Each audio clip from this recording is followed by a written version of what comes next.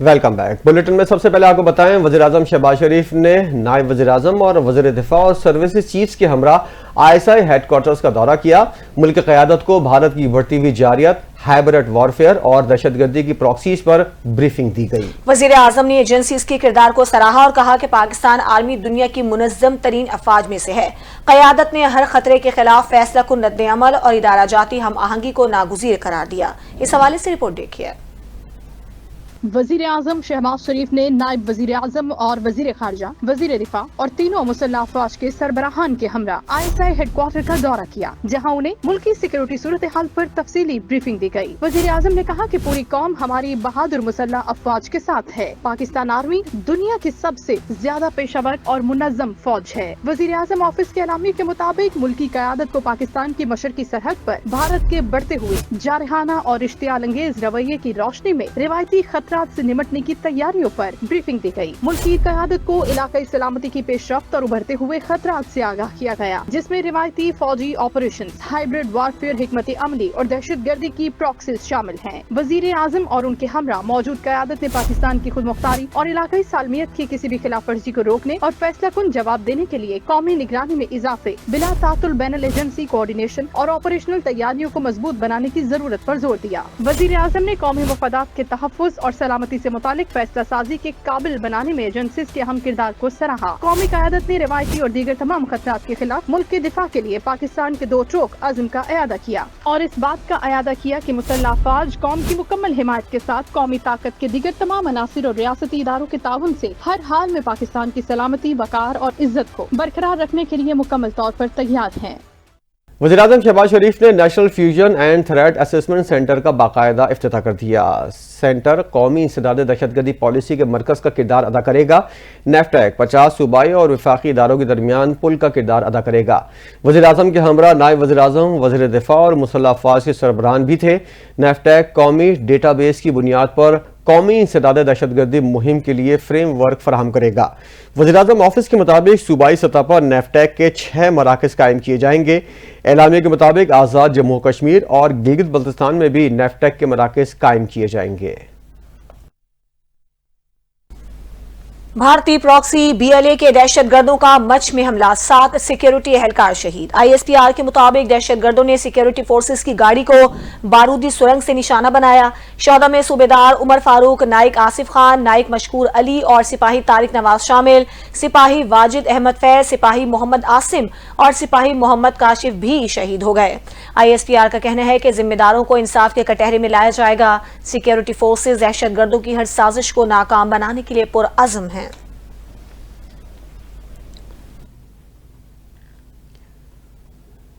اقوام متحدہ کی سلامتی کونسل نے سنتاز معاہدے کی معطلی پر تحفظات کا اظہار کر دیا۔ پاکستان اور بھارت پر فوجی تصادم سے بچاؤ اور سفارتی راستے اپنانے پر زور دیا گیا۔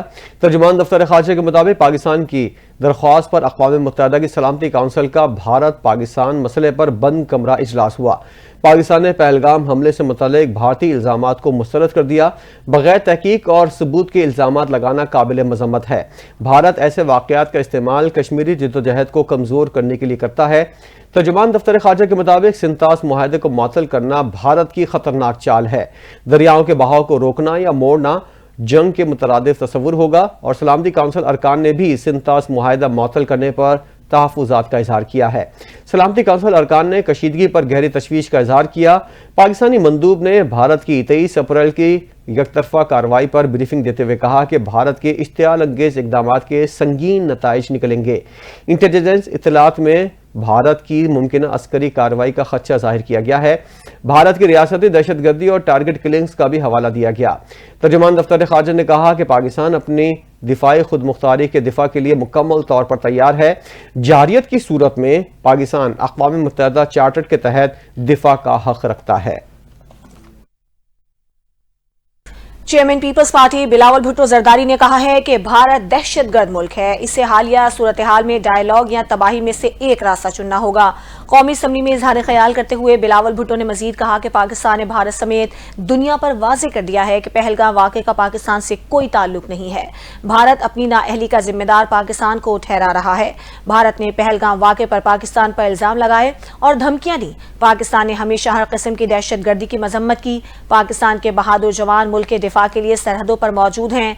भारत को ये याद रखना चाहिए कि पाकिस्तानी कौम किसी के सामने झुकने वाली नहीं है। भारत को डायलॉग और तबाही में से कोई एक रास्ता चुनना होगा। उन्होंने कहा कि पाकिस्तान की अफवाज तैयार हैं। भारत ने कोई हिमाकत की तो कौम की मदद से हमारी अफवाज सख्त जवाब देंगी। चेयरमैन पीपल्स पार्टी का कहना था कि भारत जंग पर तुला हुआ है तो जान ले कि हम भी तैयार हैं। भारत का सिंतास मुआहिदा मुअत्तल करना इंसानियत के खिलाफ जुर्म है। आज पूरी कौम मुत्तहिद होकर भारत का मुकाबला करने के लिए तैयार है। दोहा में विफाकी वजीर दाखिला मोहसिन नकवी ने कतर के वजीर आजम मोहम्मद बिन अब्दुर्रहमान अल सानी से अहम मुलाकात की है। मुलाकात में पाकिस्तान और कतर के दरमियान दो तरफा ताउन, बाहमी ताल्लुकात को मजीद मजबूत बनाने के उमूर ज़ेर गौर आए। खित्ते की हालिया कशीदा सूरत हाल, पाक भारत कशीदगी पर भी तफसीली तबादला ख्याल किया। वजीर दाखिला मोहसिन नकवी ने कतर के वजीर आजम को पहलगाम वाक़े के बाद भारत के बेबुनियाद इल्जामात और पाकिस्तान के उसूली और ठोस मौक़िफ़ से आगाह किया। उन्होंने वाज़ेह किया कि भारत के इक़दामात खित्ते के अमन के लिए संगीन खतरा बन सकते हैं। मोहसिन नकवी ने कहा कि पाकिस्तान ने वाक़े की गैर जानिबदाराना तहकीकात की पेशकश की है जो उसके उसूली मौक़िफ़ को मजीद तक़वियत देती है। उन्होंने जोर दिया कि दुनिया को मालूम होना चाहिए कि असल मुजरिम कौन है और इस वाक़े का असल फायदा किसको पहुंचा है। वज़ीर दाखिला ने भारत की जानिब से सिंतास मुआहिदे पर किए गए वार पर भी शदीद तनकीद का इजहार किया और कहा कि यह मुआहिदा पाकिस्तान की लाइफ लाइन है जिस पर हमला नाकाबिले कबूल है। कतर के वज़ीर आज़म ने पाक भारत कशीदगी में कमी के लिए सिफारती कोशिशों की जरूरत पर जोर दिया और कहा कि कतर खित्ते में अदम कशीदगी की पॉलिसी का हामी है। उम्मीद है सिफारती ज़राए से हालात में बेहतरी आएगी। सदर मुमलिकत आसिफ अली ज़रदारी ने दूसरी जंग अजीम में रूसी फतह की 80वीं सालगिरह के मौके पर तकरीर से खिताब करते हुए कहा, नाजी इज़्म के खिलाफ रूसी फतह का दिन जंग और अमन की कीमत की याद दहानी कराता है। उन्होंने कहा कि रूसी फतह अवामी ताकत, अमन और खुशहाली के लिए रूस के मजबूत अज़्म की अक्कासी है। दूसरी जंग अजीम में मौजूदा पाकिस्तान के इलाके से भी लोगों ने नाजी इज़्म को शिकस्त देने में अहम किरदार अदा किया। पाकिस्तान रूस को एक अहम आलमी ताकत, इलाकाई अमन और इस्तेहकाम में कलीदी उनसर के तौर पर देखता है। पाकिस्तान और भारत के दरमियान बढ़ती हुई कशीदगी के पेश नज़र रूस मौजूदा सूरत हाल बेहतर करने में अहम किरदार अदा कर सकता है और कर भी रहा है। उनका कहना था कि यकीन है कि पाकिस्तान और रूस के दरमियान दोस्ती के ताल्लुकात मजीद मजबूत होंगे। तिजारत, सरमायाकारी, टेक्नोलॉजी और अवामी रवाबित के शोबों में ताउन को मजीद वुसअत देने की जरूरत है। Chief justice of Pakistan justice Yahya Afridi ने कहा है कि अवाम पाक भारत कशीदगी की वजह से तनाव में है। अल्लाह करेगा सब ठीक हो जाएगा। इस्लामाबाद में अदालती रिपोर्टर से गुफ्तगू करते हुए उन्होंने कहा कि जबरी गुमशुदगियों के मुकदमात पर इदारा जाती रद्द-ए-अमल से मुताल्लिक़ कौमी अदालती पॉलिसी में गौर होगा। वकला को बुलाकर पूछा है, हुकूमत का अभी तक रद्द-ए-अमल नहीं आया। चीफ जस्टिस पाकिस्तान का कहना था कि IMF का जोर था कि कमर्शियल मामलात को तरजीही बुनियादों पर रखें। जिले अदलिया में डबल शिफ्ट मुतारिफ कराने जा रहे हैं। जो अदालती अफसरान रज़ाकाराना 2 या 5 काम करेंगे तो उनकी तनख्वाह 50% बढ़ाई जाएगी। जस्टिस याहिया आफरीदी ने मजीद कहा कि तुर्की ने निज़ाम इंसाफ की फराहमी में टेक्नोलॉजी का भरपूर इस्तेमाल किया। तुर्की के साथ भी टेक्नोलॉजी इस्तेमाल के हवाले से MOUs साइन किए। तवक्को है चीन, तुर्की, ईरान, बांग्लादेश से पाकिस्तानी अदलिया के ताल्लुकात को इदारा जाती शक्ल दी जाएगी। उन्होंने कहा कि मेरे 1 हफ्ते के दौरे का मकसद सिर्फ यही था कि पाकिस्तान की अदलिया इन मुल्कों की तरह टेक्नोलॉजी के इस्तेमाल से बेहतर हो। AI के इस्तेमाल के लिए पहले पूरा बंदोबस्त होना चाहिए। और अब खबर यह है कि सुप्रीम कोर्ट के 13 रुकनी आईनी बेंच ने मखसूस नशिस्तों के फैसले पर नजरसानी की दरख्वास्तों को समाअत के लिए मंजूर कर लिया। फरीकैन को नोटिस भी जारी कर दिए गए। बेंच में शामिल जस्टिस आयशा मलिक और जस्टिस अकील अब्बासी ने इख्तिलाफ करते हुए दरख्वास्तों को नाकाबिले समाअत करार दिया। अदालत ने करार दिया कि तौहीन अदालत की दरख्वास्तें भी इसी केस के साथ सुनी जाएंगी। समाअत बुध तक मुलतवी कर दी गई। इस हवाले से देखते हैं तफसीली रिपोर्ट। सुप्रीम कोर्ट के आईनी बेंच ने मखसूस नशिस्तों के फैसले पर नजरसानी दरखास्तों को समाअत के लिए मंजूर करते हुए फिरकैन को नोटिस जारी कर दिए। बेंच के अरकान जस्टिस आयशा मलिक और जस्टिस अकील अब्बासी ने इख्तलाफ करते हुए नजरसानी दरखास्तों को नाकाबिल समाअत करार दिया। इख्तलाफ नोट में दोनों मुअस्ससे साहिबान ने मौक़िफ़ इख्तियार किया कि नजरसानी की बुनियाद पर फैसला तब्दील नहीं किया जा सकता और मामले में कानूनी तौर पर कोई नई बात पेश नहीं की गई। सुप्रीम कोर्ट के जस्टिस अमीर बिन खान की सरबराही में 13 रुकनी आईनी बेंच ने मखसूस नशिस्तों के फैसले पर नजरसानी दरखास्तों पर समाअत की। आईनी बेंच में justice Jamal Mandokhel, justice Mohammad Ali Mazhar, justice Ayesha Malik, justice Hasan Azhar Rizvi, justice Musarrat Hilali, justice Naeem Akhtar Khan, justice Aqeel Abbasi, justice Shahid Hilal Hussain, justice Hashim Kakar, justice Salahuddin Panwar, justice Aamir Farooq और जस्टिस अली बाकिर नकवी शामिल थे। समाअत के आगाज पर नून लीग के वकील हारिस असमत रोस्टम पर आए और मौक़िफ़ इख्तियार किया कि मखसूस रिश्ते एक ऐसी जमात को दी गई जो केस में फरेक नहीं थी। जस्टिस आयशा मलिक ने रिमार्क्स दिए कि इस नुक्ते का जवाब फैसले में दिया जा चुका है।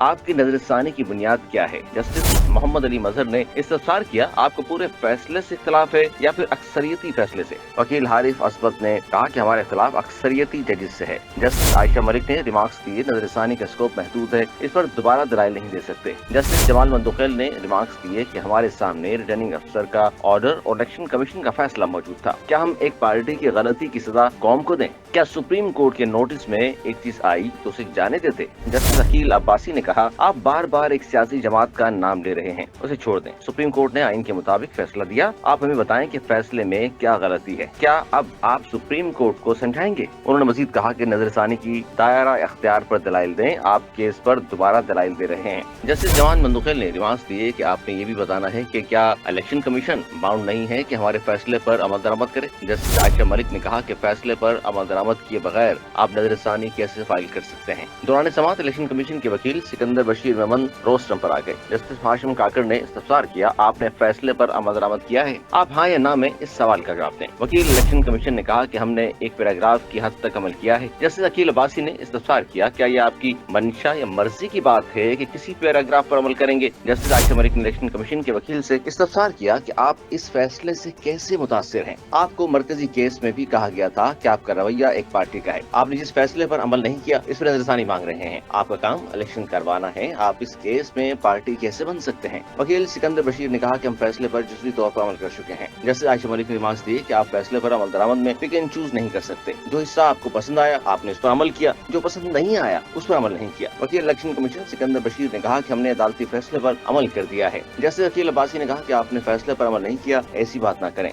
जस्टिस जमाल मंदुखेल ने रिमार्क्स दिए कि केस को छोड़ें या आप सुप्रीम कोर्ट पाकिस्तान को लेके जा रहे हैं। ये आप सुप्रीम कोर्ट को कहां ले जा रहे हैं? कल किसी को फांसी की सजा दें तो क्या वो कहेगा बस सर तक फंदा डाल कर छोड़ दिया? बाद में सुप्रीम कोर्ट के आईनी बेंच ने नजरसानी दरखास्तें समाअत के लिए बाकायदा तौर पर मंजूर करते हुए फिरकैन को नोटिस जारी कर दिए। अदालत ने केस की समाअत खुद तक मुलतवी करते हुए रिमार्क्स दिए कि तौहीन अदालत दरखास्त भी इस केस के साथ ही सुनी जाएगी। Welcome back. Army chief general Asim Munir ने भारत से वापस भेजे गए 2 बच्चों के इलाज का जिम्मा ले लिया है। भारत की जानिब से नाम निहाद पहलगाम फॉल्स फ्लैग ऑपरेशन के बाद गैर इंसानी कदम उठाते हुए दिल के आर्जी में मुब्तला 2 पाकिस्तानी बच्चों को इलाज के दौरान ही जबरदस्ती भारत से निकाल दिया गया था।